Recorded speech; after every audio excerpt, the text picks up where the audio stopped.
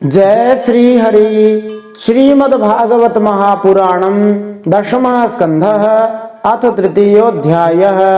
अब हम श्रीमद्भागवत महापुराण के दशम स्कंद के पूर्वार्ध भाग में तीसरा अध्याय सुनते हैं। इसमें हम भगवान श्री कृष्ण के प्राकट्य का श्रवण करेंगे। यह अध्याय भी विस्तृत और महत्वपूर्ण होने के कारण इसे हम दो भागों में सुनेंगे। आज इसके प्रथम भाग में वसुदेव जी के द्वारा भगवान की जो स्तुति की गई है उसका श्रवण करेंगे। इसके साथ ही भगवान के प्राकट्य के अवसर पर प्रकृति किस प्रकार से तैयार हो गई, सुसज्जित हो गई, उसका भी हम श्रवण करेंगे। श्री गणेशाय नमः, श्री सरस्वत्यै नमः, श्री गुरवे नमः, श्री पुराण पुरुषोत्तमाय नमः। पिछले दशम स्कंद के पूर्वार्ध भाग के दूसरे अध्याय के दूसरे भाग में हमने सुना जब भगवान श्री कृष्ण देवकी जी के गर्भ में थे उस समय भगवान शंकर ब्रह्मा जी कंस के कैद खाने में गए। उनके साथ सभी देवता और नारद आदि ऋषि भी थे। उन सब ने जाकर भगवान श्री हरि की स्तुति करी। वे हरि जो सबकी अभिलाषा पूरी करने वाले हैं। इस प्रथम श्लोक में ब्रह्मा आदि देवताओं ने स्तुति करते हुए 9 बार सत्य शब्द का प्रयोग किया। 9 बार सत्य शब्द का प्रयोग करके ब्रह्मा आदि देवता मानो भगवान श्री विष्णु को उनके 9 अवतारों का स्मरण करा रहे हैं। जैसे मत्स्य, हयग्रीव, कच्छप, नृसिंह, वराह, हंस, राम, परशुराम और भगवान वामन के रूप में अवतार लेकर आपने पृथ्वी का भार हरण किया था और दुखों को दूर किया था। उसी प्रकार से अब भी जो पीड़ित मानवता है उसका उद्धार करने के लिए आप फिर से प्रकट हो रहे हैं। यह आपकी केवल कृपा ही है। भगवान निश्चित रूप से सत्य व्रत हैं। भगवान का एक ही व्रत है, सर्वधर्मान परित्यज्य मामेकं शरणं व्रज। यह तो भगवान की प्रतिज्ञा है। भगवान बुला रहे हैं, आओ मेरी शरण में। और शरण में आने का फायदा यही होगा कि सदा सदा के लिए दुखों का अभाव हो जाएगा। और भगवान की प्रतिज्ञा यह है, भगवान कहते हैं, वाल्मीकि रामायण श्री रामचंद्र जी कहते हैं, सकृदेव प्रपन्नाय तवास्मीति च याचते अभयम सर्वभूतेभ्यो ददाम्ये तद्व्रतम मम। जो भक्त एक बार आकर के मुझे कह देता है, हे नाथ मैं आपकी शरण में हूँ, तो समझिए भगवान कहते हैं मैं उसको सभी प्राणियों से निर्भय बना देता हूँ। यही भगवान का व्रत है।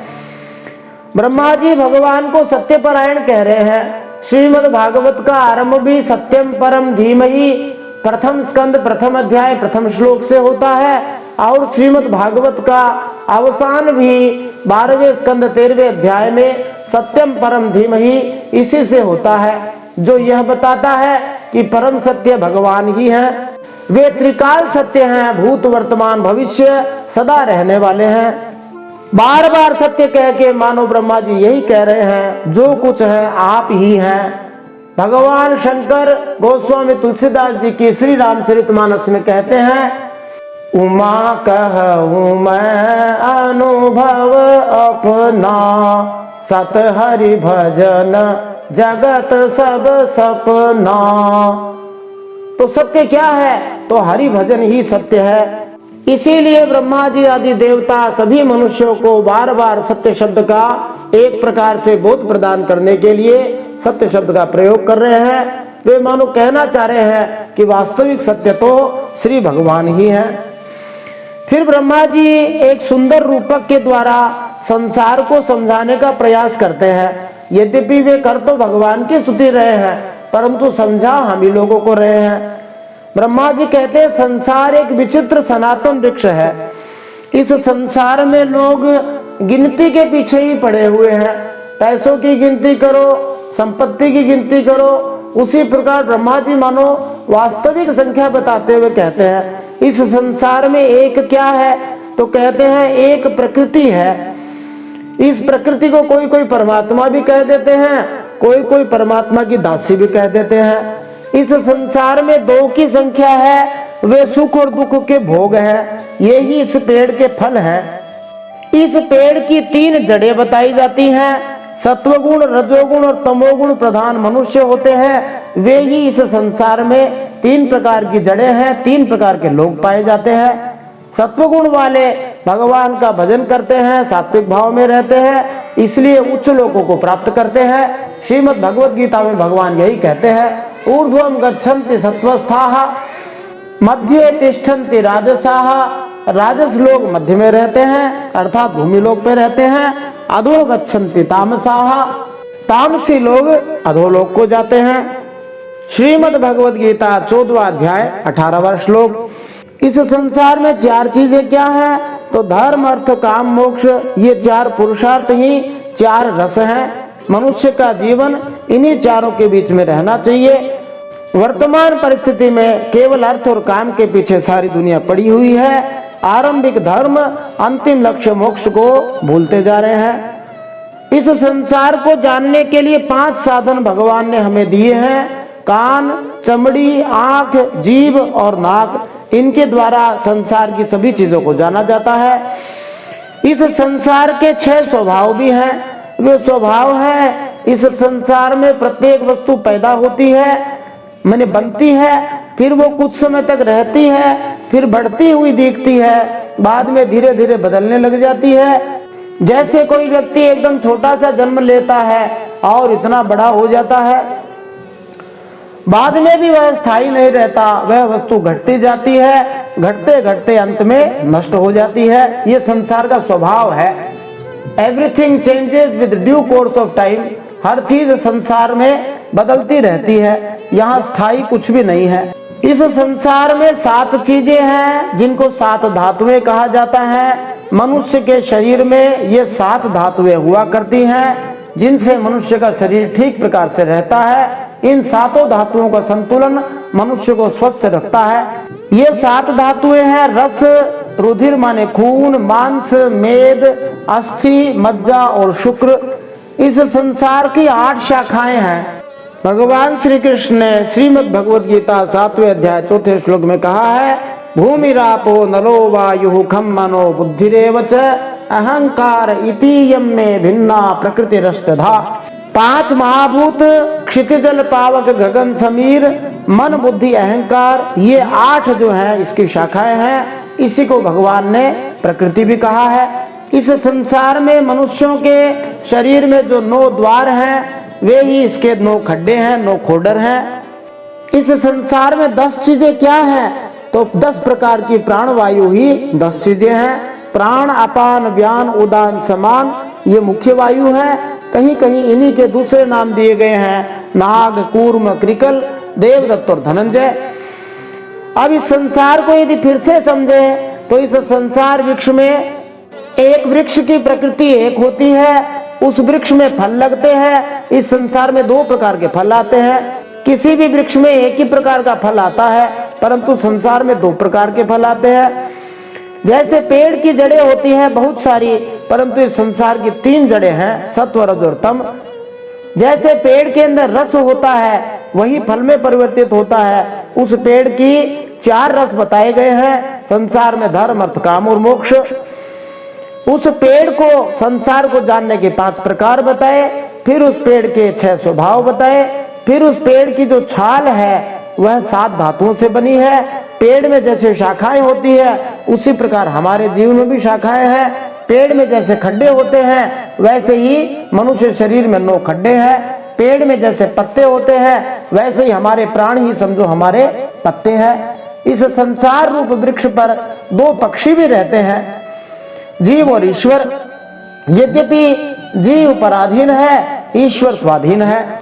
इस प्रकार ब्रह्मा जी संसार रूपक को समझाते हैं। ये बड़ा ही जटिल रूपक है। फिर ब्रह्मा जी आदि देवता श्री भगवान की स्तुति करते हुए कहते हैं कि आपके जो भक्त लोग होते हैं वे आपके निष्कपट प्रेमी होते हैं और सच्चे हितैषी होते हैं। वे स्वयं तो निस्संदेह भक्ति के माध्यम से संसार सागर को पार कर ही जाते हैं, परंतु दूसरों के लिए वे नाव स्थापित कर जाते हैं, दूसरों के लिए वे मार्ग बना के चले जाते हैं। वास्तव में संत महात्माओं पर आपकी महान कृपा है। भगवान के भक्तों के लिए भगवान की कृपा अनुग्रह स्वरूप ही है। तो तो मानो यहाँ पर ब्रह्मा जी संत महात्माओं की इस बात पर संकेत करते हैं कि वे रात दिन सदा सत्संग क्यों करवाते रहते हैं, वे सदा नए नए साधन क्यों खोजते रहते हैं, ताकि लोगों का कल्याण सरलता से हो जाए। वर्तमान समय में देखें तो 3 महापुरुष बड़े विलक्षण हुए। परम श्रद्धेय स्वामी जी श्री राम सुखदास जी, जिन्होंने हमें मंत्र दिया, हे मेरे नाथ मैं आपको भूलूं नहीं, इससे सदा भगवान को याद रखा जा सकता है। सेठ जी श्री जयदयाल जी गोविंदका ने मंत्र दिया, हमारा पुनर्जन्म नहीं होगा, यह पक्की बात मान लेनी है, इससे हमारा उद्धार हो जाएगा। भाई जी श्री हनुमान प्रसाद जी पोद्दार एक महात्मा हुए थे, उन्होंने कहा, नाथ मैं थारो जी थारो, अर्थात हमारा भगवान से संबंध हो गया। ऐसे ही अनेक महात्मा हुए हैं जिन्होंने लगातार इसी बात के लिए प्रयास किया है, लोगों को सरल से सरल साधन कैसे मिल जाए। इसी भाव को देखते हुए परम श्रद्धेय स्वामी जी श्री राम सुखदास जी महाराज जब तक इस धराधाम पर रहे तब तक सदा सत्संग करवाते रहे। उन्होंने सत्संग को कभी भी नहीं छोड़ा। इसीलिए उन्होंने श्रीमद् भगवत गीता की अद्भुत व्याख्या संजीवनी टीका लिखी, जिसको साधक संजीवनी कहा जाता है, जो निस्संदेह साधक भक्तों के लिए संजीवनी बूटी की तरह है। इसीलिए सेठ जी ने तत्व विवेचनी लिखवाई। इसीलिए अनेक अनेक महात्मा हुए, अनेक अनेक महात्मा वर्तमान में भी हैं जो रात दिन इसी चिंता में रहते हैं, सबका कल्याण कैसे हो जाए। जैसे परम श्रद्धेय स्वामी जी श्री राम सुखदास जी महाराज कहते थे, मेरे मन में आती है सबका कल्याण कैसे हो जाए। इस बात की चिंता में वे सदा नए नए साधन बताते रहते हैं। तो ब्रह्मा जी कहते हैं, वास्तव में संत महात्मा सबके कल्याण के लिए ही ऐसा कार्य करते हैं।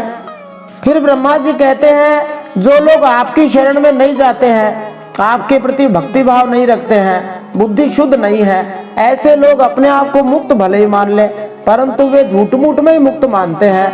वास्तव में तो वे बंधे हुए हैं। वे कितनी भी बड़ी तपस्या साधना करके, कष्ट उठा करके ऊंचे से ऊंचा पद भले ही प्राप्त कर ले, परंतु उन्हें वहां से भी नीचे गिरना ही पड़ता है। इसके विपरीत जो आपके भक्त हैं, जिन्होंने आप में प्रीति जोड़ रखी है, आपका आश्रय ले रखा है, वे लोग कभी भी अपने साधन मार्ग से गिरते नहीं। श्री भगवान ने ही श्रीमद् भगवत गीता में अर्जुन के माध्यम से प्रतिज्ञा करवाई है, कौन्तेय प्रतिजानीहि न मे भक्तः प्रणश्यति। हे अर्जुन, मेरी तरफ से तुम प्रतिज्ञा करो कि मेरे भक्त का कभी नाश नहीं होता। जो भगवान का आश्रय ले लेते हैं उनका कभी भी नाश नहीं होता। इसलिए संत महात्मा कहते हैं, भगवान के साथ संबंध जोड़ना अथवा परिश्रम करना, इसमें जो ठीक लगे वो करना चाहिए। परंतु महात्मा कहते हैं, भगवान के साथ संबंध जोड़ने में बड़ी भारी शक्ति है, इसलिए खूब परिश्रम करने की अपेक्षा श्री भगवान से अपना स्थायी संबंध जोड़ने का प्रयास करना चाहिए। जैसा कि नारद जी महाराज युधिष्ठिर महाराज को सप्तम स्कंद में कहते हैं, तस्मात् केनाप्युपायेन मनः कृष्णे निवेशयेत्। किसी भी उपाय से, किसी भी प्रकार से भगवान में अपने मन को लगा देना चाहिए। भले ही कामना इच्छा से लगाए, क्रोध से लगाए, अथवा ज्यादातर लोग जैसे भय से लगाते हैं, डरते हुए भक्ति करते हैं कि कहीं भगवान हमारा अनिष्ट न कर दे, उस भाव से भी, कंस के भाव से भी भयभीत होकर यदि भक्ति करे, तब भी निस्संदेह भगवान हमारा कल्याण कर सकते हैं। संबंध मानने में बड़ी शक्ति है। भगवान से संबंध मानने के बाद क्या करना है, तो जैसे एक लड़का और लड़की विवाहित हो जाते हैं और विवाहित होने के समय वो संबंध मान लेते हैं, उसके बाद पूरे जीवन भर उन्हें संबंध निभाना होता है। केवल संबंध मान ले और निभाए नहीं, पति पत्नी की सेवा न करे और पत्नी पति की सेवा न करे, तो वो संबंध ज्यादा चलने वाला नहीं है।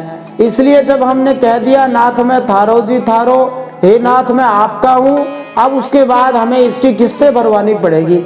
जैसे कोई LIC करवाता है, इंश्योरेंस करवाता है, उसके बाद उसको किस्तें भरते रहनी पड़ती है। स्वामी जी महाराज ने कहा, मैं आपका हूँ, ये समझो हमारी LIC हो गई।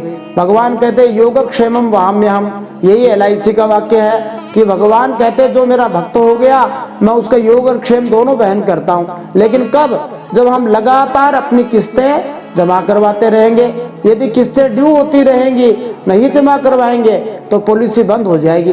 भगवान की भक्ति में एक ही विशेषता है, थोड़ी सी भी भक्ति हो वो कभी भी ऐड़ी नहीं जाती, खराब नहीं होती, वो कुछ न कुछ फल देके जाएगी।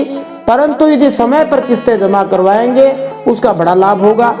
इसीलिए गोस्वामी तुलसीदास जी ने हमें मंत्र दिया। परम श्रद्धेय स्वामी जी श्री राम सुखदास जी इसको बार बार कहते थे, बिगड़ी जन्म अनेक की सुधरे अब ही आज ही सुधर जाए, अनेक जन्मों की बिगड़ी आज में अब भी सुधर जाए। क्या उपाय है? तो पहला बताया, भगवान से संबंध हो ही राम को। अब संबंध मान के हम निश्चिंत हो जाएं और फिर कुछ करना नहीं है का नहीं करना है। क्या करना है? तो नाम जपू, भगवान के नाम का जप करना है। यही बात ब्रह्मा जी कह रहे हैं। जो मनुष्य आपके नाम रूप का श्रवण करता है, आपके नामों का कीर्तन करता है, आपकी कथाओं को याद करता है, आपको याद करता है, आपका ध्यान करता है और आपकी सेवा में सदा लगा रहता है, उसे इस संसार में वापस नहीं आना पड़ता। तो दो उपाय हो गए, भगवान से संबंध होना, दूसरा काम सदा भगवान के नाम का जप कीर्तन करना, तीसरा काम हो गया तुलसी तज कुसमाज, बुरी संगति छोड़ देनी चाहिए। फिर ब्रह्मा जी भगवान से कहते हैं, आप हो तो अजन्मा, फिर भी जन्म लेके आते हो, तो आपके जन्म के कारण के संबंध में हम कोई तर्क नहीं कर सकते। हम इतना ही कह सकते हैं कि ये आपका खेल है, ये आपका लीला विनोद है, बस इतना ही कह सकते हैं। भगवान अपनी मर्जी से आते हैं, भगवान को कोई बाध्य नहीं कर सकता। भगवान के आने का उद्देश्य एकमात्र अपने भक्तों पर कृपा करना है, उन्हें अपनी लीलाओं को देखने सुनने का अवसर प्रदान करना है। भगवान को कोई बाध्य नहीं कर सकता। भगवान निज इच्छा निर्मित तनु है, अपनी इच्छा से अवतार लेते हैं। इसका उत्तर हम आज के इस दशम स्कंद के 3रे अध्याय में प्राप्त भी करेंगे। यहाँ पर ध्यान देना चाहिए कि मनुष्य यदि सोचे कि भगवान काल्पनिक हैं, राम और कृष्ण नहीं हुए, तो सोच के देखिए कितने कितने महात्मा हुए।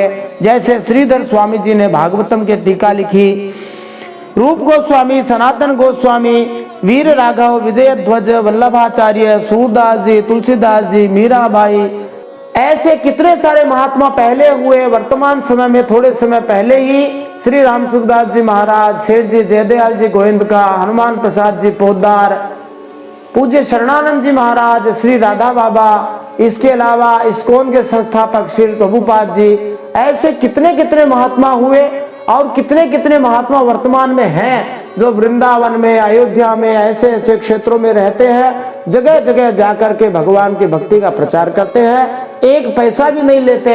ऐसे निष्काम भक्त हैं, वे इसीलिए प्रचार करते हैं कि वास्तव में उन्होंने भगवान का अनुभव किया है और वे भगवान केवल भक्ति से ही अनुभव में आ सकते हैं। जैसे भोजन किए बिना पेट नहीं भरता, ऐसे ही भजन किए बिना भी भगवान की अनुभूति नहीं होगी।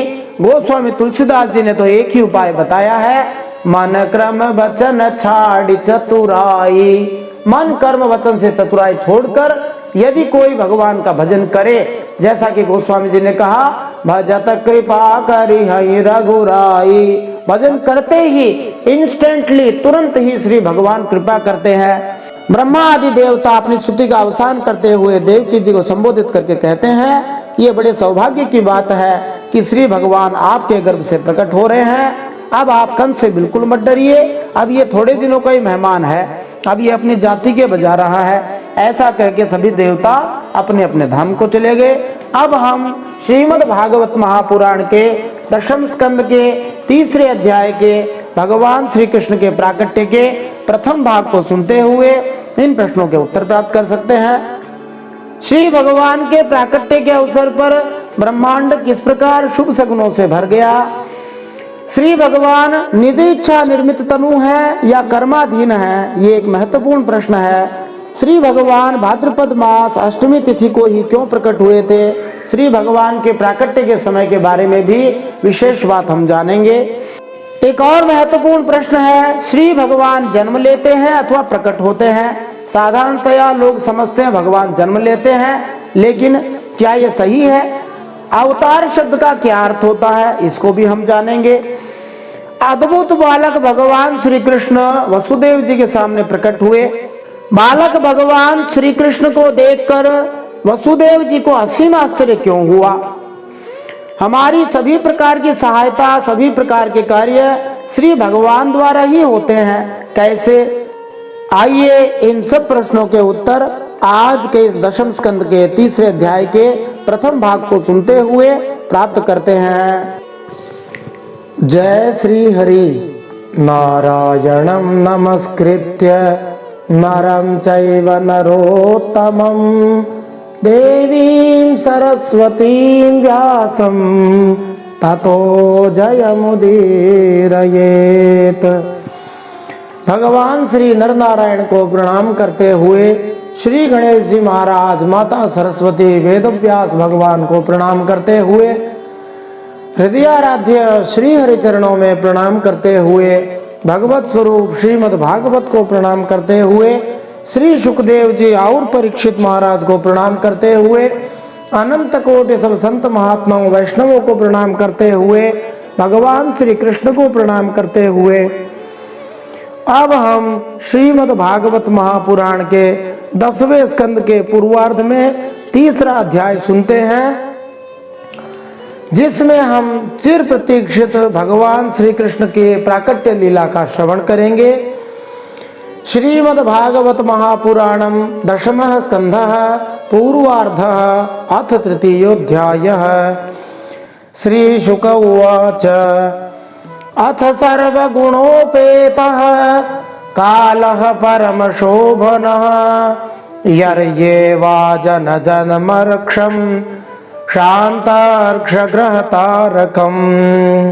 श्री सुखदेव जी कहते हैं, अब समस्त शुभ गुणों से युक्त बहुत सुहावना समय आ गया। रोहिणी नक्षत्र था, आकाश के सभी नक्षत्र, ग्रह और तारे शांत सौम्य हो रहे थे। अनेक टीकाकारों ने, अनेक संत महात्माओं ने इसका विस्तार से वर्णन किया है। किस कारण से नक्षत्र, ग्रह, तारे शांत और सौम्य हो रहे थे, आइए हम भी उन कारणों के बारे में जानकारी प्राप्त करते हैं।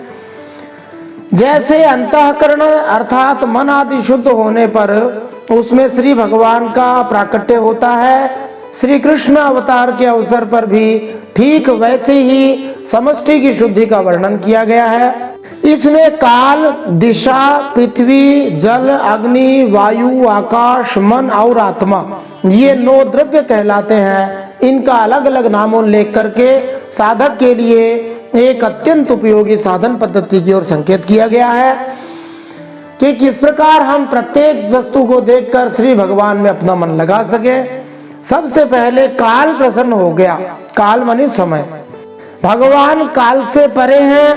शास्त्रों और सत्पुरुषों के द्वारा ऐसा निरूपण सुनकर काल मानो क्रुद्ध हो गया था। रुद्र रूप धारण करके सबको निकल रहा था काल।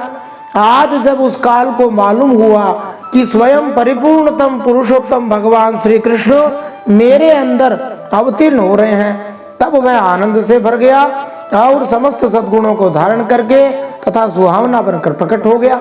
फिर दिशाएं प्रसन्न हो गई। वे क्यों हुई? प्राचीन शास्त्रों में दिशाओं को देवी माना गया है। उनके एक एक स्वामी भी होते हैं, जैसे प्राची दिशा के इंद्र, प्रतीची के वरुण आदि। कंस के राज्य काल में ये देवता पराधीन कैदी हो गए थे। अब भगवान श्री कृष्ण के अवतार से देवताओं की गणना के अनुसार 11-12 दिनों में ही उन्हें छुटकारा मिल जाएगा। इसलिए अपने पतियों के संग सौभाग्य का अनुसंधान मानी खोज करके देवियां प्रसन्न हो गई। जो देव एवं दिशा के परिच्छेद से रहित है, वे ही भगवान भारत देश के ब्रज प्रदेश में आ रहे हैं। यह अपूर्व आनंदोत्सव भी दिशाओं की प्रसन्नता का कारण है। इसके अलावा संस्कृत साहित्य में दिशाओं का एक नाम आशा भी है। दिशाओं की प्रसन्नता का एक अर्थ यह भी है कि अब संत महात्माओं की आशा अर्थात अभिलाषा पूर्ण होने वाली है। संत सदा ही श्री भगवान के दर्शन चाहते हैं। विराट भगवान के अवयव संस्थान का वर्णन करते हुए दिशाओं को भगवान का कान बताया गया है। श्री कृष्ण के अवतार के अवसर पर दिशाएं मानो यह सोचकर प्रसन्न हो गई कि भगवान असुर असाधुओं के उपद्रव से दुखी प्राणियों की प्रार्थना सुनने के लिए सतत सावधान है। इसलिए दिशाएं प्रसन्न हो गई। अब पृथ्वी क्यों प्रसन्न हो गई? पुराणों में भगवान की 2 पत्नियों का उल्लेख मिलता है, एक श्रीदेवी, दूसरी भूदेवी। ये दोनों चल संपत्ति और अचल संपत्ति की स्वामिनी है। श्रीदेवी है चल संपत्ति मानी पैसा, द्रव्य, सोना आदि। भूदेवी अचल संपत्ति है जिसको कोई अपने स्थान से हिला नहीं सकता। इनके पति हैं भगवान, जीव नहीं। यद्यपि जीव अपने आप को पैसों का और जमीन का स्वामी मानता है, परंतु वास्तविक स्वामी तो श्री भगवान ही है। जिस समय श्री देवी के निवास स्थान वैकुंठ से उतरकर भगवान भूदेवी के निवास स्थान पृथ्वी पर आने लगे, तब जैसे परदेश से पति के आगमन का समाचार सुनकर पत्नी सज सज कर अगवानी करने के लिए निकलती है, वैसे ही पृथ्वी का मंगलमयी होना, मंगल चिन्हों को धारण करना स्वाभाविक ही है। दूसरा भाव है भगवान के श्री चरण। पृथ्वी सोचती है मेरे वक्षस्थल पर पड़ेंगे। अपने सौभाग्य का ऐसा अनुसंधान करके पृथ्वी आनंदित हो गई। वामन भगवान ब्रह्मचारी थे। परशुराम जी ने ब्राह्मणों को पृथ्वी का दान कर दिया। श्री रामचंद्र जी ने पृथ्वी की पुत्री जानकी से विवाह कर लिया। इसलिए उन अवतारों में पृथ्वी भगवान से जो सुख प्राप्त नहीं कर सकी, वही श्री कृष्ण से प्राप्त कर सकेंगी, यह सोचकर पृथ्वी मंगलमयी हो गई। वामन भगवान ब्रह्मचारी थे, इसलिए ब्याह नहीं कर सकते थे। परशुराम जी ने पृथ्वी को दान ही कर दिया ब्राह्मणों को। रामचंद्र जी ने पृथ्वी की बेटी से ब्याह किया, इसलिए पृथ्वी के जमाई बन गए भगवान। अब कृष्णावतार में पृथ्वी की अभिलाषाएं पूरी होने की आशा हो गई। और इसके अलावा अपने पुत्र मंगल को गोद में लेकर पतिदेव का स्वागत करने पृथ्वी चली है, अर्थात सब कुछ मंगल ही मंगल होगा। जब भगवान प्रकट होते हैं तब जल अर्थात नदियां भी प्रसन्न हो जाती हैं। वे क्यों प्रसन्न हो गई? नदियों ने विचार किया कि रामावतार में सेतु बंध के बहाने हमारे पिता पर्वतों को हमारी ससुराल समुद्र में पहुंचाकर भगवान ने हमें मायके का सुख दिया था। नदियां पर्वतों से उत्पन्न होती हैं, अतः नदियां पर्वत पुत्री कहलाती हैं। और ससुराल इसलिए हो गया क्योंकि भगवान श्री विष्णु सबके स्वामी हैं और भगवान श्री विष्णु वहां रहते हैं, इसलिए ससुराल हो गया। अब भगवान के शुभागमन के अवसर पर हमें भी प्रसन्न होकर इनका स्वागत करना चाहिए, इसलिए नदियां प्रसन्न हो गई। नदियां सदा गंगा जी से प्रार्थना करती रहती थी, तुमने हमारे पिता पर्वत देखे हैं, हिमालय देखे हैं, अपने पिता भगवान विष्णु के भी दर्शन करवा दीजिए। हम सब के पिता भगवान विष्णु हैं, नदियों के पिता पर्वत हैं। भगवान विष्णु के अंगूठे से गंगा जी प्रकट हुई हैं, इसलिए गंगा जी भगवान विष्णु की पुत्री हो गई। लेकिन गंगा जी ने उनकी बात की ओर ध्यान नहीं दिया। अब सारी नदियां प्रसन्न हो गई, हम स्वयं देख लेंगी। तीसरा भाव है यद्यपि भगवान समुद्र में नित्य निवास करते हैं, फिर भी ससुराल होने के कारण तो वे उन्हें वहां देख नहीं पाती, क्योंकि घूंघट में रहना पड़ता है ससुराल में। अब भगवान को पूर्ण रूप से देख सकेंगी, इसलिए नदियां निर्मल हो गईं। कैसे अद्भुत भाव है। निर्मल हृदय को भगवान मिलते हैं, इसलिए नदियां निर्मल हो गई। भगवान श्री रामचंद्र जी कहते हैं श्री रामचरितमानस में, निर्मल मन जन सो मोहि पावा, मोहि कपट छल छिद्रन भावा। तो जिसका मन निर्मल होता है वही भगवान को प्राप्त करता है, इसलिए नदियां निर्मल हो गई। नदियों को जो सौभाग्य किसी भी अवतार में नहीं मिला, वह श्री कृष्ण अवतार में मिला। श्री कृष्ण की चतुर्थ पटरानी है कालिंदी जी, जो यमुना जी हैं।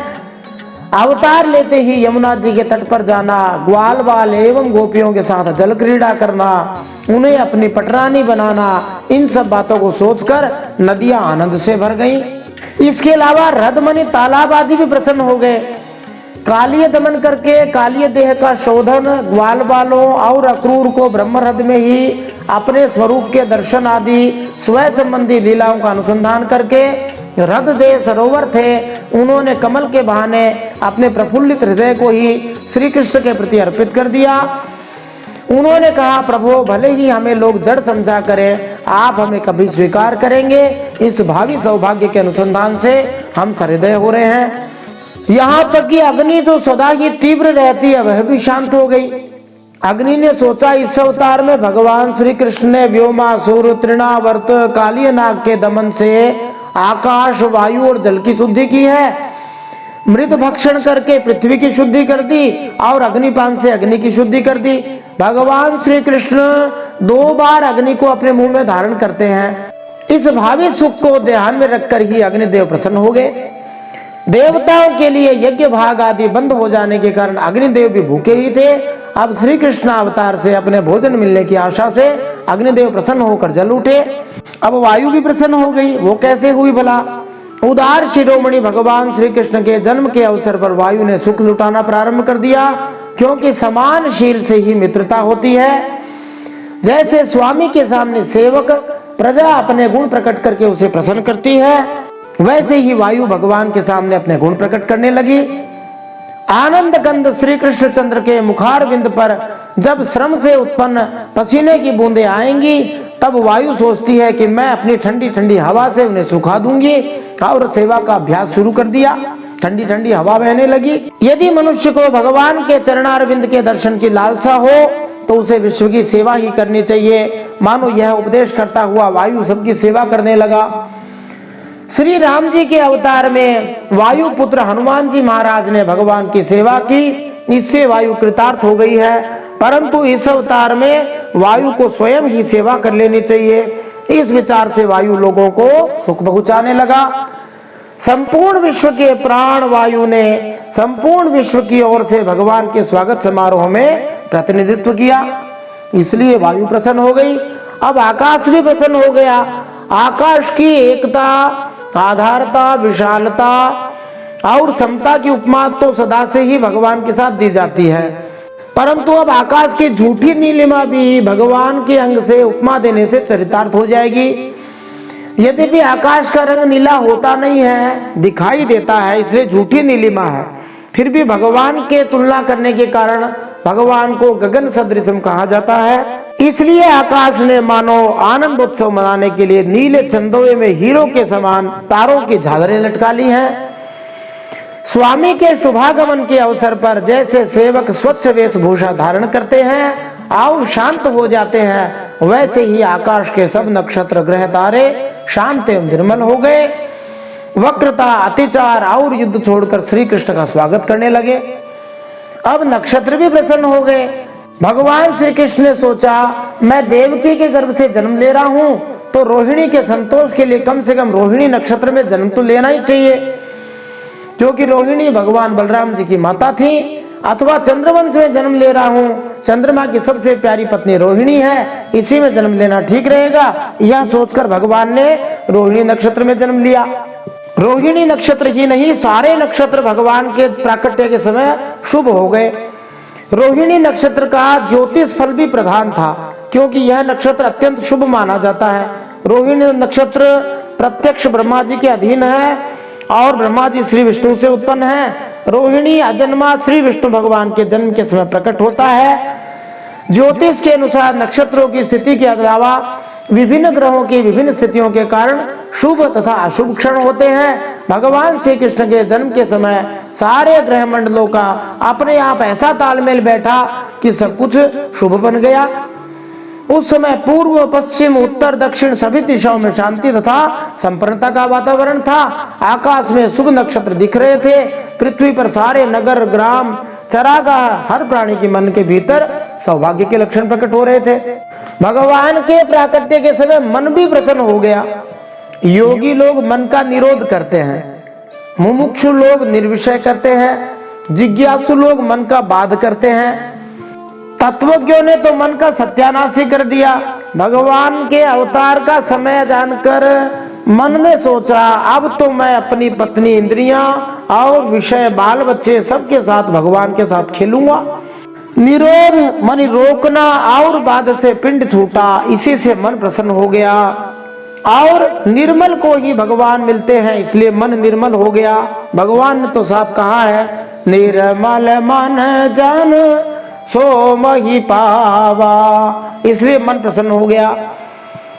वैसे शब्द, स्पर्श, रूप, रस, गंध का परित्याग कर देने पर भगवान मिलते हैं। अब तो स्वयं भगवान ही यह सब बन के आ रहे हैं, लौकिक आनंद भी भगवान में मिलेगा, यह सोचकर मन प्रसन्न हो गया।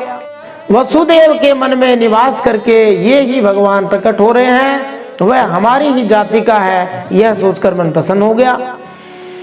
सुमन का अर्थ देवता भी होता है, शुद्ध मन भी होता है। तो सुमन को सुख देने के लिए ही, माने देवता और सच्चे भक्तों को सुख देने के लिए ही भगवान ने अवतार लिया है, यह जानकर सुमन प्रसन्न हो गए। संतों में, स्वर्ग में और उपवन में सुमन मन, शुद्ध मन, देवता और पुष्प आनंदित हो गए। क्यों न हो माधव माने विष्णु और वसंत का आगमन जो हो रहा है। यद्यपि भाद्रपद का महीना है, ऋतु वर्षा की है, परंतु भगवान के आने से समझो वसंत ऋतु जैसा माहौल हो गया। अब भगवान ने भाद्रपद मास को ही जन्म लेने के लिए क्यों चुना? तो भद्र का अर्थ होता है कल्याण देने वाला, जो सबका भला करता है, भगवान उसके पास जाते हैं। कृष्ण पक्ष स्वयं भगवान कृष्ण से जुड़ा हुआ है, इसलिए कृष्ण पक्ष में आए। तो भगवान ने भाद्रपद मास क्यों चुना, कृष्ण पक्ष क्यों चुना, ये जाना। अब अष्टमी तिथि क्यों चुनी? तो अष्टमी तिथि पक्ष के बीचों बीच संधि स्थल पर पड़ती है, इसलिए दोनों को राजी कर दिया बीच में खड़े होके। और रात्रि का समय इसलिए चुना क्योंकि रात्रि योगी जनों को प्रिय है और निशीथ यतियों का संध्या काल है, और रात्रि के 2 भागों की संधि है। निशीथ अर्धरात्रि को कहते हैं, इसलिए भगवान ने ठेठ 12 बजे का समय चुना। उस समय श्री कृष्ण के आविर्भाव का अर्थ क्या हुआ? अज्ञान के घोर अंधकार में दिव्य प्रकाश। एक कवि हुए, उन्होंने कहा light shining out of darkness. कितना भी घनघोर अंधेरा हो लेकिन प्रकाश उसके अंदर रहता है, भगवान उस प्रकाश की तरह आए हैं। परम सत्य स्वामी जी श्री अंशुदास जी महाराज कहते थे, किसी गुफा में घनघोर अंधेरा हो और वहां प्रकाश करने में समय नहीं लगेगा, केवल ऐसे माचिस जलाते तुरंत प्रकाश हो जाएगा। ऐसे ही घनघोर अंधकार में आशा की किरण श्री भगवान पधारे, इसलिए भगवान ने रात्रि का और वो भी 12 बजे का समय चुना। इसके अलावा रात्रि को चुनने का एक कारण और भी था कि निशानाथ चंद्रमा के वंश में जन्म लेना है, तो निशा के मध्य भाग में अवतार लेना ठीक रहेगा। अष्टमी के चंद्रोदय का समय भी वही होता है, लगभग अष्टमी का जो चंद्रमा है वह रात्रि में 12 बजे के आसपास उदय होता है। यदि वसुदेव जी मेरा जात कर्म नहीं कर सकते तो हमारे वंश के आदि पुरुष चंद्रमा समुद्र स्नान करके अपने कर किरणों से अमृत का वितरण कर देंगे। इस प्रकार भगवान के प्राकट्य के समय सब प्रसन्न हो गए। बोलिए भक्तवत्सल भगवान की जय। हम भी हमारे मनों को निर्मल करके प्रसन्न हो जाते हैं, जो प्रसन्न होता है उसी को भगवान मिलते हैं। इसलिए अपने सारे दुखों को भुला के भगवान की कथा को ध्यान से सुनते हैं। दिशः प्रसेदुर्गगनम निर्मलो डुगणोदयम महीमंगल भूयिष्ठ पुरग्राम व्रजाकरा नद्यः प्रसन्न सलिला हृदा जलरुह श्रिय द्विजालिकुल सन्नाद स्तबका वन राजयः। तो भगवान के प्राकट्य के समय दिशाएं स्वच्छ प्रसन्न थी, निर्मल आकाश में तारे जगमगा रहे थे।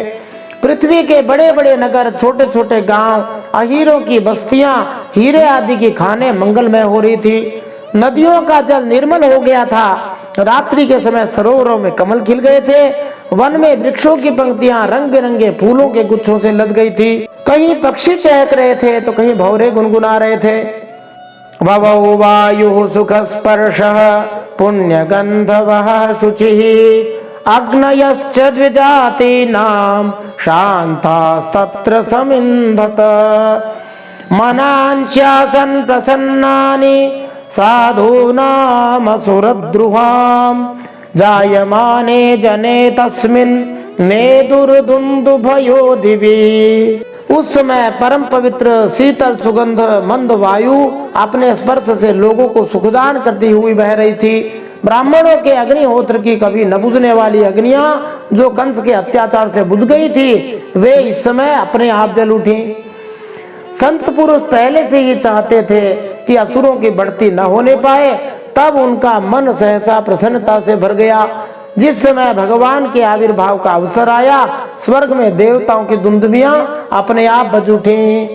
जगुः किन्नर गंधर्वास तुष्टुवुः सिद्धचारणाः विद्याधर यश्च नृतो रप्सरोभिः समं तदा मुमुचुर्मुनयो देवाः सुमनांसि मुदान्विताः मंदं मंदं जलधरा जगर्जोरनुसागरम। किन्नर और गंधर्व मधुर स्वर में गाने लगे। सिद्ध और चारण भगवान के मंगलमय गुणों की स्तुति करने लगे। विद्याधरियां अप्सराओं के साथ नाचने लग गईं।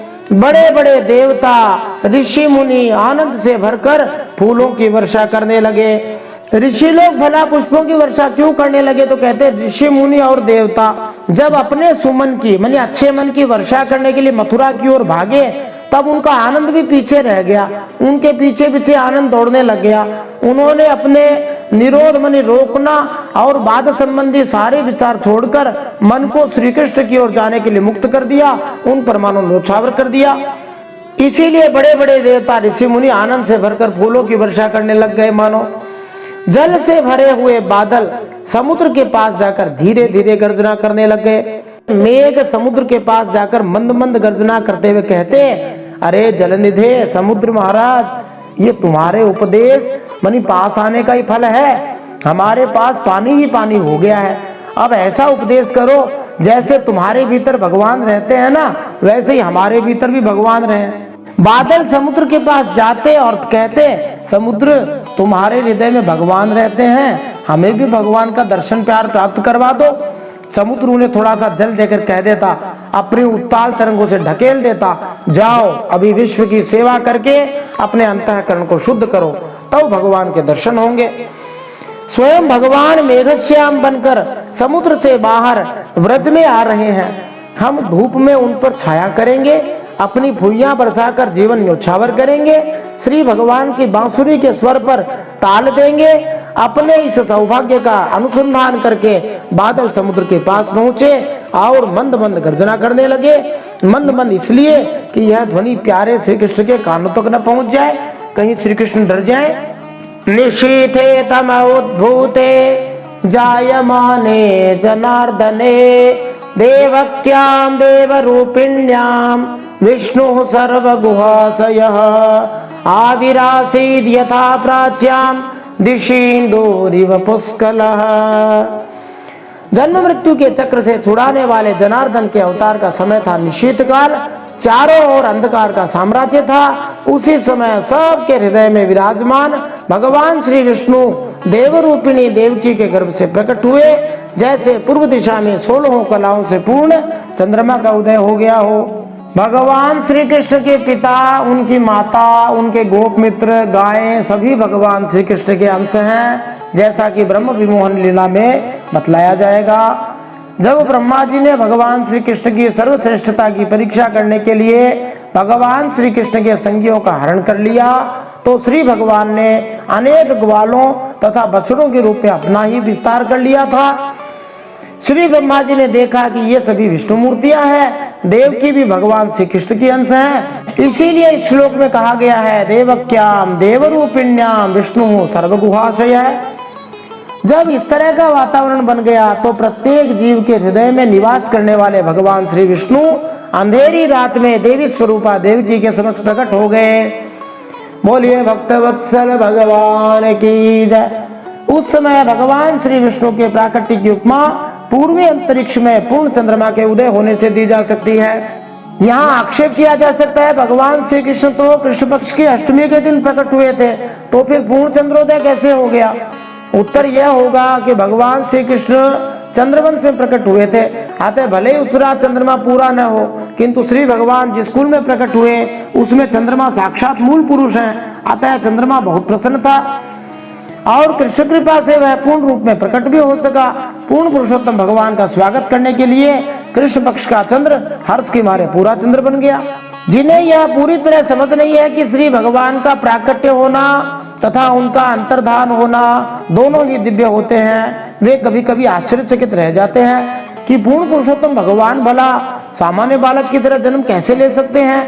किंतु वास्तविकता यही है कि श्री भगवान का जन्म कभी भी सामान्य नहीं होता। पूर्ण पुरुषोत्तम भगवान पहले से ही हर प्राणी के हृदय में विराजमान है अंतर्यामी रूप से। अतः देवकी के हृदय में संपूर्ण शक्ति के साथ उपस्थित रहने के कारण वे उनके शरीर के बाहर भी प्रकट होने में समर्थ हैं। भले ही सूर्य करोड़ों व्यक्तियों के सिर के ऊपर हो, किंतु इसका अर्थ यह नहीं है कि सूर्य अलग अलग स्थित है।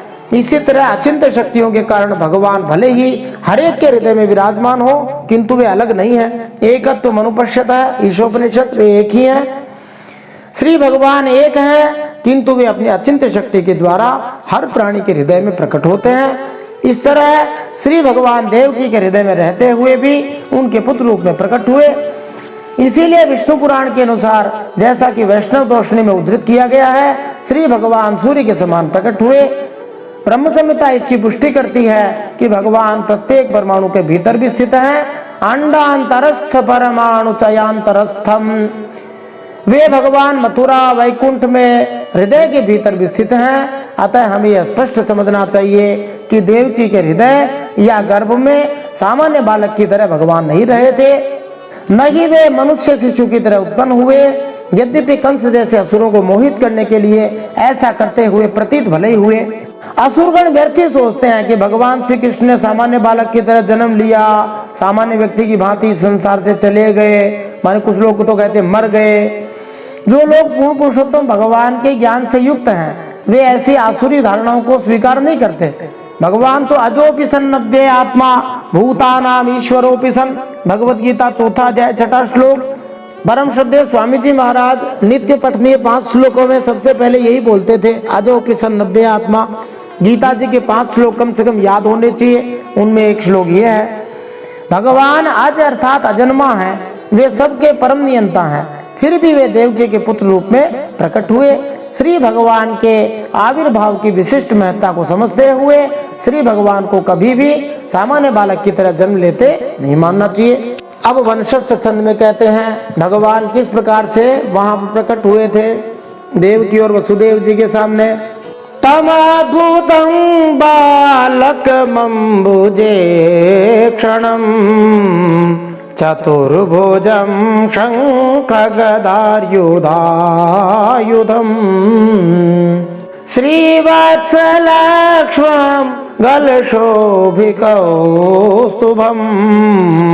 पीताम्बरं सान्द्रपयोध सौभगम्। अब भगवान कैसे लग रहे थे वसुदेव जी ने देखा। उनके सामने एक अद्भुत बालक है, उसके नेत्र कमल के समान कोमल और विशाल हैं। 4 सुंदर हाथों में शंख गदा चक्र और कमल लिए हुए हैं। वक्षस्थल पर श्रीवत्स का चिन्ह है। अत्यंत सुंदर सोने की रेखा बनी हुई है। गले में कौस्तुभमणि झिलमिला रही है। वर्षाकालीन मेघ के समान परम सुंदर श्यामल शरीर है, जिसपे मनोहर पीतांबर फहरा रहा है। बढ़िया कंट्रास्टिंग कलर लग रहा है। भगवान ब्लू हैं और उनका जो वस्त्र है वो येलो है, तो नीले पे पीला बहुत ही चमकता है। महार्घ वैदूर्य किरीट कुंडल त्विषा परिष्वक्त सहस्र कुंतलम उद्दाम कांचन गद कंकणादिभिर्विरोचमानम वसुदेव ईक्षत। और भगवान कैसे लग रहे थे, बहुमूल्य वैदूर्य मणि के मुकुट, कुंडल की कांति से सुंदर सुंदर घुंघराले बाल सूर्य की किरणों की तरह चमक रहे थे। कमर में चमचमाती करधनी की लड़ियां लटक रही हैं। बाहों में बाजूबंद, कलाइयों में कंकण शोभायमान हो रहे हैं। इन सब आभूषणों से सजे हुए बालक के अंग अंग से अनोखी छटा छिटक रही है। भगवान को अद्भुत क्यों कहा गया है, तो चतुर्भुजम शब्द आया है जो कहता है भगवान श्री कृष्ण पहले 4 हाथों सहित भगवान श्री विष्णु के रूप में प्रकट हुए। मानव समाज में कोई भी सामान्य शिशु आज तक 4 हाथों वाला उत्पन्न नहीं हुआ, और कभी कभार 3 हाथों वाले 4 हाथों वाले बिदरंगे पैदा हो जाते हैं, परंतु अपने हाथ में शंख चक्र गदा पद्म लेके हथियार लेकर के कोई भी पैदा नहीं हुआ, तो अद्भुत बालक हो गया। और किसी भी बालक के प्रायः बहुत ज्यादा बड़े बड़े बाल नहीं होते, परंतु भगवान के तो बहुत बड़े बड़े बाल हैं। इसलिए श्री भगवान का अवतरण सामान्य शिशु के जन्म से पूरी तरह अलग है। वैदूर्य मणि कभी नीला लगता है, तो कभी पीला, तो कभी लाल दिखता है। कैसा होता है, वैकुंठ लोक में उपलब्ध है। ये श्री भगवान का मुकुट और कुंडल इसी वैदूर्य मणि से सजे हुए हैं, इसलिए भगवान बड़े अद्भुत बालक लग रहे हैं। जैसे ब्याह शादी में रंग बिरंगी लाइटें होती हैं, उनमें किसी को देख के पता नहीं सकता कि भगवान या वो व्यक्ति जो नाच रहा है वो गोरा है कि काला है कि नीला है कि पीला है कि लाल है, सारे रंग मिल रहे हैं। ऐसे भगवान के गले में मुकुट में जो वैदूर्य मणि है, उसके कारण भगवान कभी नीले दिखते हैं, कभी पीले दिखते हैं, कभी लाल दिखते हैं। और यही भगवान अलग अलग समयों पर जैसा कहा गया है, पीछे आगे भी आएगा कि कभी कृष्ण वर्ण में प्रकट होते हैं, कभी श्वेत वर्ण में होते हैं, कभी रक्त में होते हैं, तो वही लीला यहाँ पर कर रहे हैं। जो भी हो, भगवान हमारे हैं। परम श्रद्धेय स्वामी जी महाराज कहते थे, भगवान कैसे भी हो हमारे हैं। असुंदर सुंदर शेखर होवा गुणैर्विहीन गुणिनाम गणोवा। भगवान कितने भी सुंदर हो, चाहे कितने भी असुंदर हो, मानी कोजे हो, बुरे हो, चाहे वे गुणों से रहित हो, चाहे सारे गुण इन्हीं में हो, परंतु वे भगवान हमारे हैं। सारा बात यही है। फिर आगे भगवान के वर्णन करते हुए कहते हैं, सविस्मयोत्फुल्ल विलोचनो हरिम सुतं विलोक्या न कदुन्दुभिस्तदा कृष्णावतारोत्सव संभ्रमो स्पृशन् मुदा द्विजेभ्यो युतमाप्लुतो गवाम्। जब वसुदेव जी ने देखा कि मेरे पुत्र के रूप में तो स्वयं भगवान ही आ गए हैं, तब पहले तो वसुदेव जी को बड़ा आश्चर्य हुआ, फिर आनंद से उनकी आंखें खिल उठी। वसुदेव जी का रोम रोम परमानंद में मग्न हो गया। श्री कृष्ण का जन्मोत्सव मनाने की उतावली में वसुदेव जी उसी समय ब्राह्मणों के लिए 10,000 गायों का संकल्प कर लेते हैं। श्रीमद् भागवतम की व्याख्या करते हुए श्रील प्रभुपाद जी श्रील विश्वनाथ चक्रवर्ती ठाकुर का नाम लिखते हुए कहते हैं, वसुदेव को अपने विलक्षण पुत्र को देखे जाने पर जो आश्चर्य हुआ उसका विश्लेषण किया जा रहा है। वसुदेव नवजात शिशु को बहुमूल्य वस्त्रों तथा रत्नों से आभूषित देखकर आश्चर्य से कांप रहे थे। प्राय क्या सभी लोग नंगे पैदा होकर आते हैं, कहते हैं नंगा आया था नंगा ही जाएगा, पर ये बहुत जोरदार वस्त्र कपड़े रत्न पहन के आए हैं, इसलिए वसुदेव जी आश्चर्य से कांप रहे हैं। वसुदेव जी समझ गए ये कोई सामान्य बालक नहीं है, अपितु चतुर्भुजी पूर्ण पुरुषोत्तम भगवान श्री विष्णु है, जो अपने आदि रूप में पूरी तरह अलंकृत होकर प्रकट हुए हैं। पहला आश्चर्य ये था कि कंस के उस बंदी गृह में जन्म लेने से श्री भगवान डरे नहीं, जिसमें वसुदेव तथा देवकी बंद थे। फिर आश्चर्य ये हुआ कि सर्वव्यापी परम पुरुष होते हुए भी वे भगवान देवकी की कोख से प्रकट हो रहे हैं, ये एक और आश्चर्य का कारण हो गया। तीसरा आश्चर्य ये था कि कोख से जन्म लेने वाला बालक इतनी अच्छी तरह सजा हुआ था, समझ में नहीं आया। चौथा आश्चर्य का कारण था कि श्री भगवान तो वसुदेव के आराध्य देव थे, फिर भी भगवान ने उनके पुत्र रूप में जन्म ले लिया। इन्हीं सब कारणों से वसुदेव अत्यधिक हर्षित थे, अतएव वे क्षत्रियों की तरह पुत्र का जन्मोत्सव मनाना चाह रहे थे, किंतु बंदी होने के कारण प्रत्यक्ष रूप में ऐसा कर पा रहे असमर्थ थे। इसीलिए वसुदेव जी ने यह उत्सव अपने मन में ही मना लिया। इससे कोई फर्क नहीं पड़ता कि कोई मन में मनाता है या वास्तव में बाहर जाके पूजा करता है। यदि कोई भगवान की सेवा बाह्य रूप से न कर पाए तो मन में भी भगवान की सेवा कर सकता है, क्योंकि मन के कार्य दूसरी इंद्रियों के कार्यों के समान ही होते हैं। इसलिए कहा जाता है मन से पूजा सबसे अच्छी मानी जाती है। यह अद्वैत ज्ञान कहलाता है।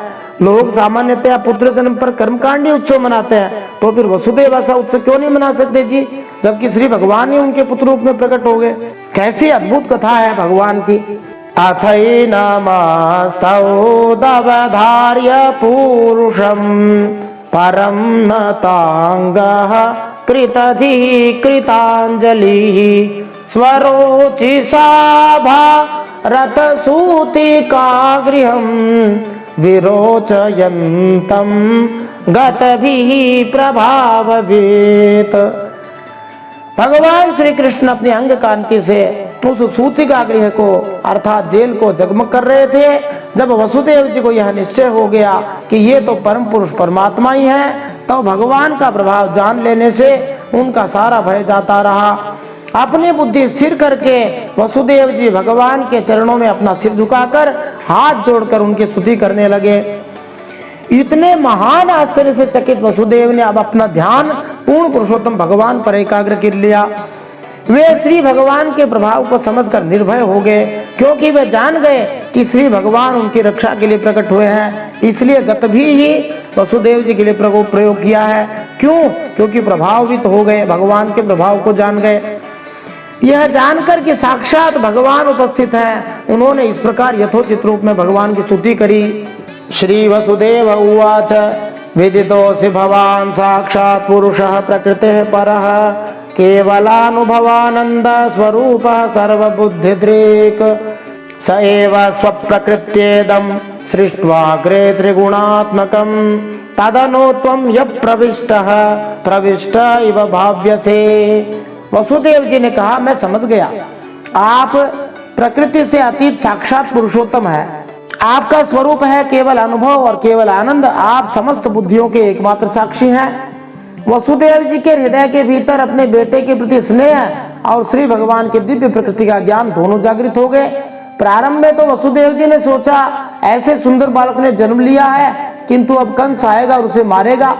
किंतु जब उनकी समझ में आ गई कि ये कोई सामान्य बालक नहीं है, अभी तो साक्षात भगवान है, तो वे निर्भय हो गए। वे अपने बेटे को हर तरह से अद्भुत एवं श्री भगवान समझकर भगवानों की स्तुति करने लगे।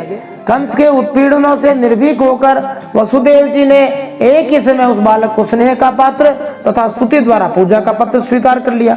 फिर वसुदेव जी कहते हैं, आप ही सर्ग के आदि में अपनी प्रकृति से इस त्रिगुण में संसार की रचना करते हैं, फिर उसमें प्रविष्ट न होने पर भी उसमें प्रविष्ट हुए से जान पड़ते हैं। यहाँ ध्यान देना चाहिए, मूर्ख व्यक्ति सोचते हैं कि जब भगवान श्री कृष्ण वसुदेव के पुत्र रूप में प्रकट होते हैं तो वे सामान्य बालक की तरह सीमित शक्ति वाले हो जाते हैं। किंतु वसुदेव जी यह जानते थे कि यद्यपि श्री भगवान उनके पुत्र रूप में उत्पन्न हुए हैं, परंतु वे न तो देवकी के घर में प्रविष्ट हुए न उससे बाहर आए। प्रत्युत श्री भगवान सदा वहां विद्यमान थे। श्री भगवान भीतर बाहर सब जगह उपस्थित हैं, सर्वव्यापी हैं। इसलिए प्रविष्ट एवं भाग्य से इन पदों से लगता है कि वे देवकी के घर में प्रविष्ट हुए और अब वसुदेव के पुत्र रूप में प्रकट हो गए। वसुदेव द्वारा इस ज्ञान की अभिव्यक्ति संकेत करती है कि वसुदेव को पता था कि ये घटनाएं किस तरह घटी। वसुदेव जी निश्चित ही श्री भगवान के महान भक्त थे, जो पूर्ण ज्ञान से युक्त थे, और हमें ऐसे ही भक्त से शिक्षा लेनी चाहिए। यथे मे विकृता भावा तथा ते विकृतैः सह नाना वीर्याः पृथक् भूता विराजं जनयन्ति सन्निपत्य समुत्पाद्य दृश्यन्ते अनुगता इव प्रागेव विद्यमानत्वान् न तेषामिह संभवः। वसुदेव जी ने कहा, जैसे जब तक महत्त्वादि कारण तत्व अलग अलग रहते हैं तब तक उनकी शक्ति भी अलग अलग होती है। जब वे इंद्रिय आदि 16 विकारों के साथ मिल जाते हैं तभी इस ब्रह्मांड की रचना करते हैं। इसे उत्पन्न करके इसी में अनुप्रविष्ट से जान पड़ते हैं। परंतु सच्ची बात तो ये है कि वे किसी भी पदार्थ में प्रवेश नहीं करते। ऐसा होने का कारण ये है कि उनसे बनी हुई जो भी वस्तु है उनमें से वे पहले ही विद्यमान रहते हैं। फिर वंशस्थ छंद में राग बदलकर स्तुति करते हैं।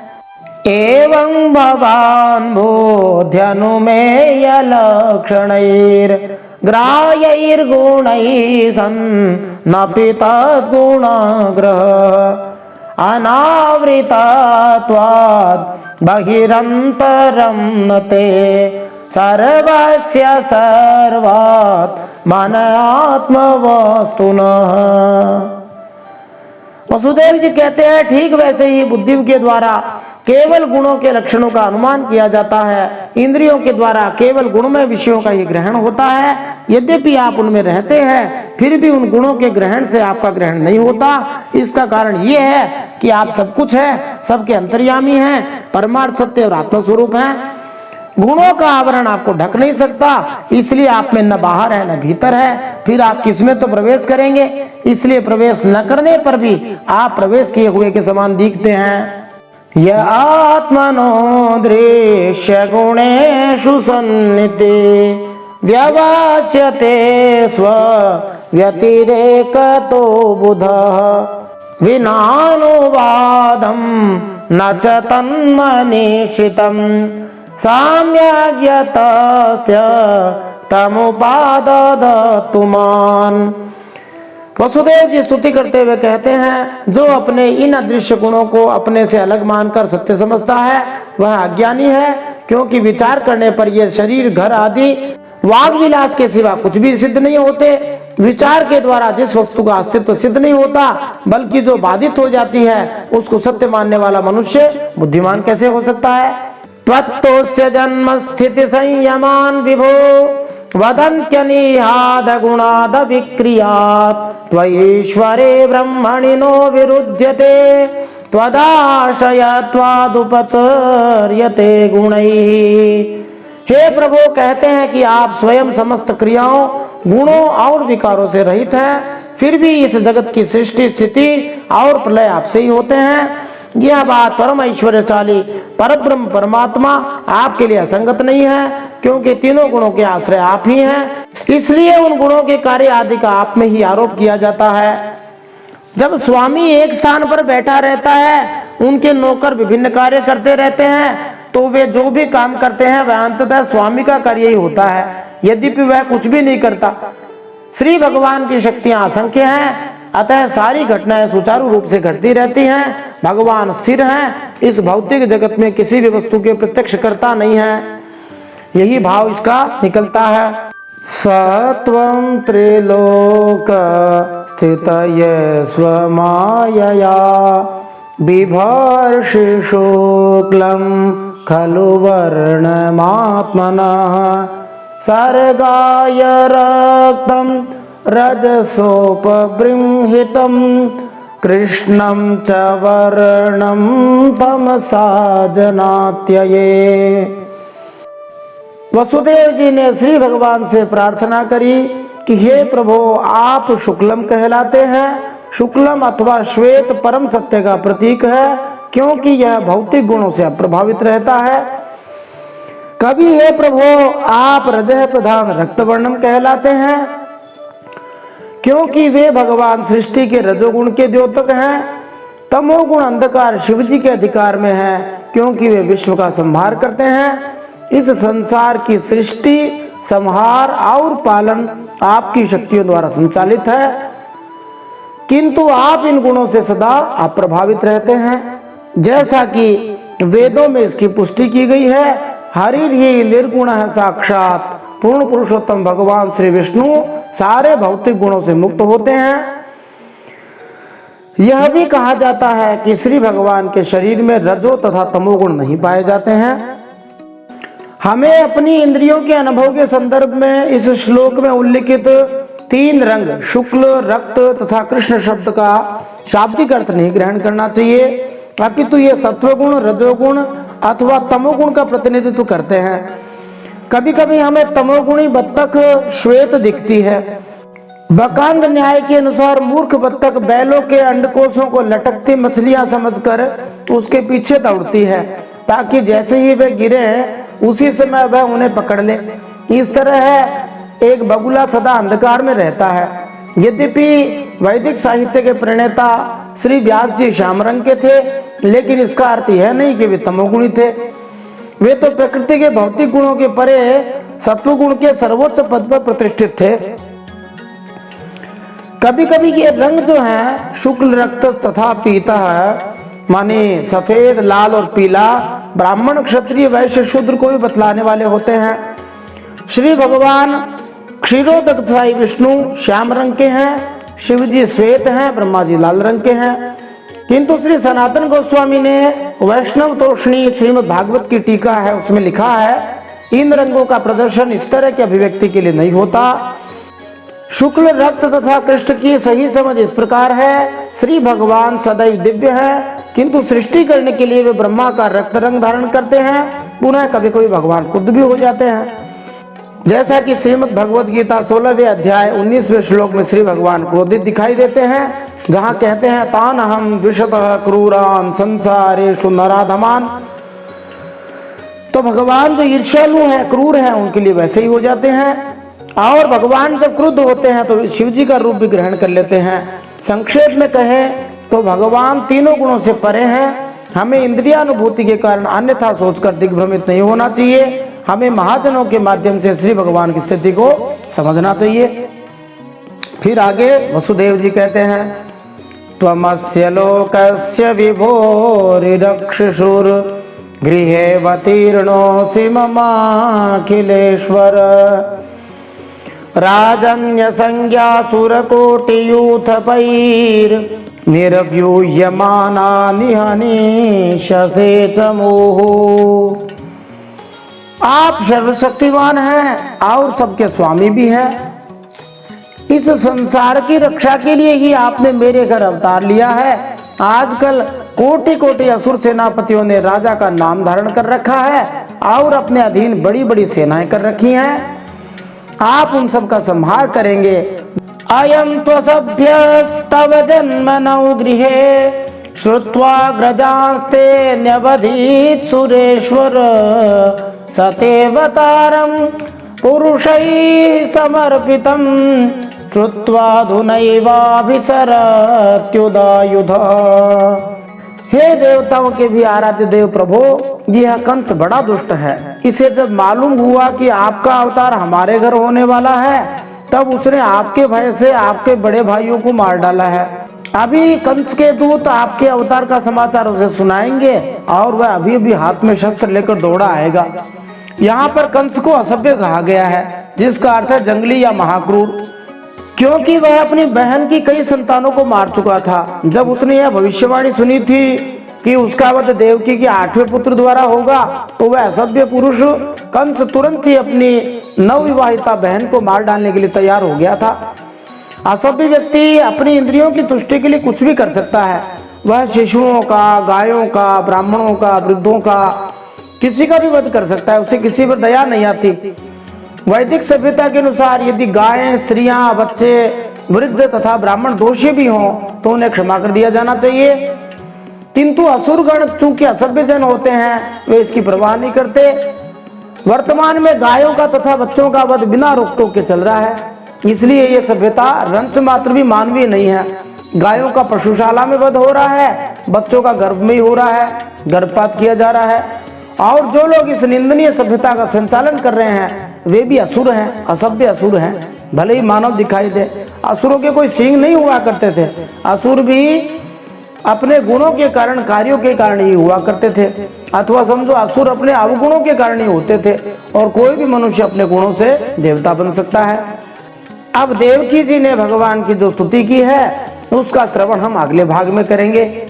श्रीमद् भागवत का 10वां स्कंद भगवान के लीला समुद्र है। इस समुद्र की गहराई का माप पाना बड़ा ही कठिन कार्य है, इसलिए ज्यादा विस्तार ना हो, अतः हम धैर्य के साथ धीरे धीरे थोड़े छोटे भाग के अंदर भगवान की लीला सुनते जाएंगे। बहुत ज्यादा बड़ा हो जाएगा तो सुनने में कदाचित समय न मिले, इसलिए देव की माता ने क्या स्तुति की यह हम अगले भाग में सुनेंगे। अभी तक का जो भाग है वो श्रीमन नारायणार्पणमस्तु, भगवान श्री नारायण के चरणों में समर्पित हो।